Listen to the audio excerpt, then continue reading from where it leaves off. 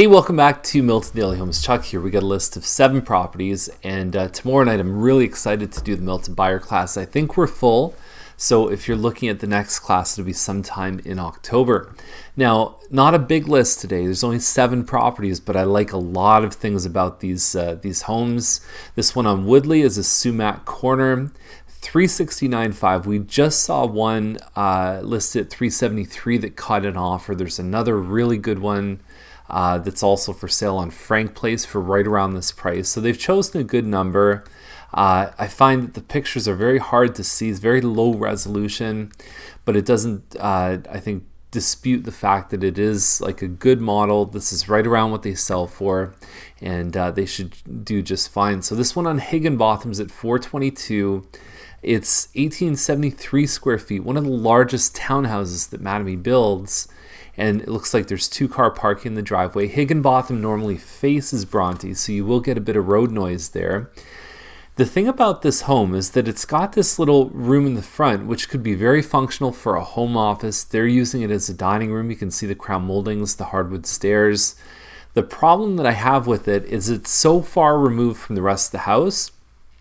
For a home office, that's perfect, but it doesn't feel like square footage. So I find that this home doesn't feel like 1873 square feet because most of your living space is here plus in the kitchen. So it's just the way it's laid out. I mean, I'm not disputing the fact that it is that big, but I just find that these 2 rooms together, it feels more like a 16 or 1700 square foot home.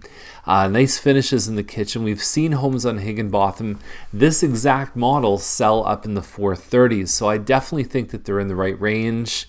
At 422, I think they'll do just fine.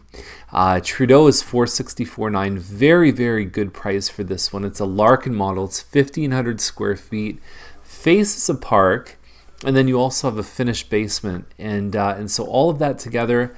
There is one on Bowring. Bowring's a very nice street, but no finished basement, and it was listed at this price. I think it's sold conditional. And then there's another one on Bennett that's been sitting around because it's a little bit empty and it has a little bit of roughness to it, but it's at 459. It's got a mostly finished basement.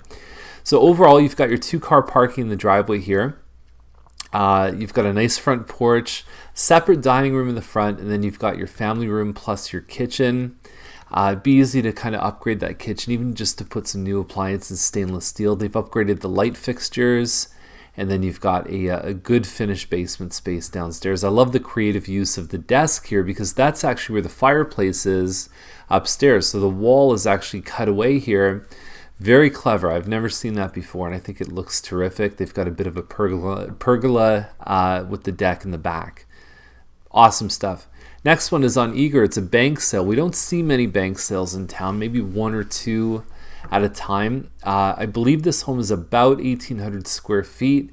You've got a fair bit of space in the kitchen here. You could always replace the hood fan, change the light fixtures out, but the basic elements are there, and that's your main floor. It's got a really nice layout. Like, you can work with this. I have clients that took this model or this floor plan and modified it and really did it up, and it's awesome. It's open concept. There's lots of space here, and so even putting new floors in, 469. You just don't see the double garages listed at this price very often, and I see the potential with this one. I see the all brick. It's a good quiet street, and this definitely gets my vote. There's things to know about bank sales, and so we've talked about them in past videos, but I think that this one is a fantastic deal. And you know, if you had a budget of even $15,000 or $20,000, there's things that you could do with this home that would turn it, I think, into a home that could hover around the 500 mark. So Milton Brook is 474.9. Semi-detached, 1,800 square feet. It's on about a 160-foot deep lot, and we've talked about this in past episodes. My research and my experience indicates that you don't get the same premiums for 160 feet deep on a semi as you would with a detached. In fact, it's probably half the benefit. It's a pretty open concept floor plan. It's not very wide, so you do find that you have very long and narrow here. The colors are I find there's red and there's gold and there's blue and all kinds of different colors. Upgraded countertops. I think like a nice grayish color on the walls would have really done it would have really created a nice impact, even with the color of the floors. And I'm not a big color guy, but I can tell like when everything fits together well. And then you've got 4 bedrooms upstairs. It's probably not that far off from the price where it needs to be, but it still seems a bit high for 1,800 square feet in a semi. If they got that kind of money, it would be because someone's paying for the extra lot space. But it's not even fenced. That's another thing, is that when it's fenced, the perception of value and the actual dimensions are much clearer. If it's just one big open field in the back of the home, it's hard for buyers to visualize how, what they're actually owning. So fourth line is 537.9, about 1,850 square feet, finished basement. You've got 2-car parking side by side in the driveway. Now the thing about this one, it's right on the corner of 4th Line and Derry, which are 2 relatively busy streets. Definitely Derry I would consider a busy street. And so you've got about a double lot, like you've got a lot of space that's fenced in the back. So in my eyes, it's a value trade-off, is that the extra space in the backyard is almost exactly negated in value by the fact that you hear lots of road noise. So then the question becomes, if those 2 factors equalize and they end up being like a zero balance, is the home itself worth $537,000? We have seen this model do very well. No pictures of the finished basement, which I think is kind of bizarre, but I'm just not seeing anything that's sold in the last 3 or 4 months that indicates that this one at $537,900 is possible. It's not tremendously off the mark, but it seems a little bit high.